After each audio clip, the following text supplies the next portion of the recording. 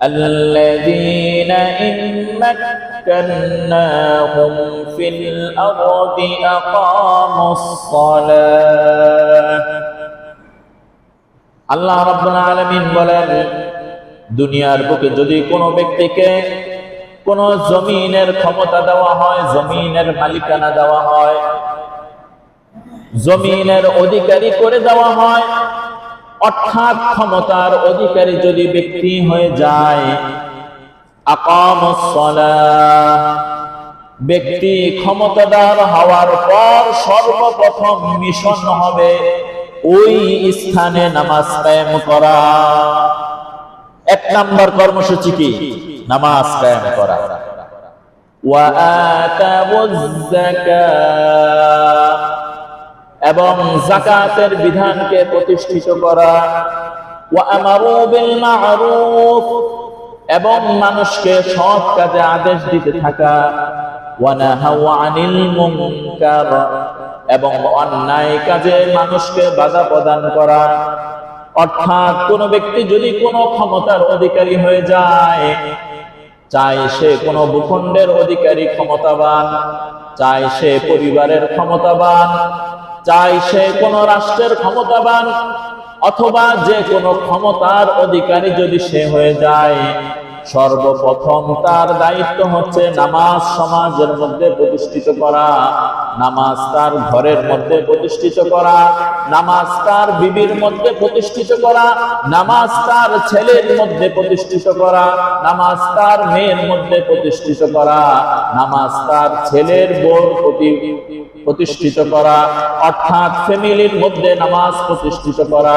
ওই ব্যক্তির ক্ষমতা যদি সমাজের মধ্যে থাকে, তাহলে সমাজের ব্যক্তিদের মধ্যে নামাজের মূল্যবোধ আস্তে আস্তে বৃদ্ধি করতে থাকা। ওই ব্যক্তির ক্ষমতা যদি জেলা ভিত্তিক হয়, জেলার মধ্যে ক্ষমতা প্রয়োগ করা।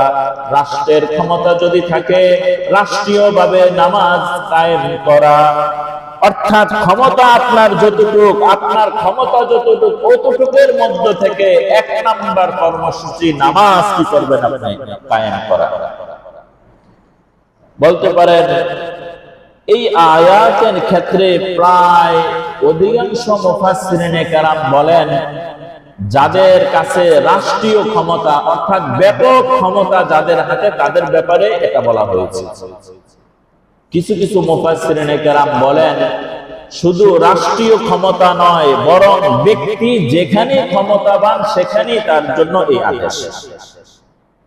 বলতে পারেন হুজুর, আমার ফ্যামিলিতে আমার মা আছে, আমার ভাই আছে, আমি বড় ভাই, তাহলে জিম্মাদারি কতটুকু? জিম্মাদারি কি সংসদ ভবনে নামাজ কায়েম করা? না, আপনি ওখানে যাইতেও পারবেন না, সম্ভব না। তো আপনি নামাজ কায়েম করবেন সর্বপ্রথম আপনার মা যদি বেনামাজি হয়, আপনার বাবা যদি বেনামাজি হয়, আদবের সাথে পিতা মাতাকে বুঝানো নামাজের গুরুত্ব সম্পর্কে। খুব খেয়াল করেন, পিতা মাতাকে বুঝানো কি ধমক দিয়া না? আদবের সাথে, আদবের সাথে, নম্রতার সাথে আব্বা আম্মাকে বুঝানো।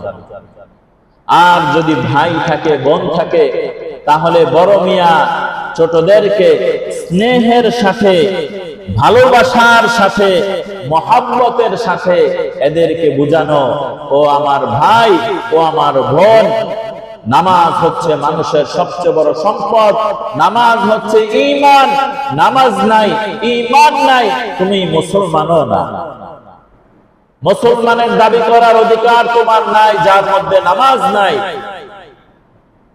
তুমি যদি নামাজ না পড়ো, তাহলে ঘরের মধ্যে অশান্তি আর দুর্দশা আল্লাহর পক্ষ থেকে আসবে।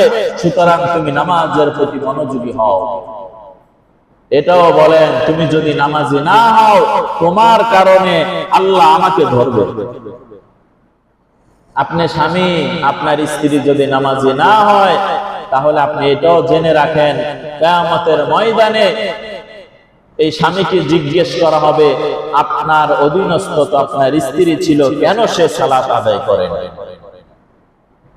ওই বাবাকে জিজ্ঞেস করা হবে ওই ছেলের ব্যাপারে আর মেয়ের ব্যাপারে,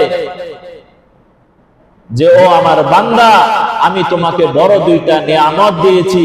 তোমাকে আমি ছেলের বাবা বানিয়েছি, তোমাকে আমি মেয়ের বাবা বানিয়েছি। তোমার ছেলে নামাজি হলো না, তোমার মেয়ে নামাজি হলো না, কেন? তোমাকে তো আমি অভিভাবক বানিয়েছি। এ কারণে জিম্মাদারের ক্ষেত্রে খুব সতর্ক হওয়া এবং মানুষকে নম্রতার সাথে, কৌশলের সাথে বোঝানো।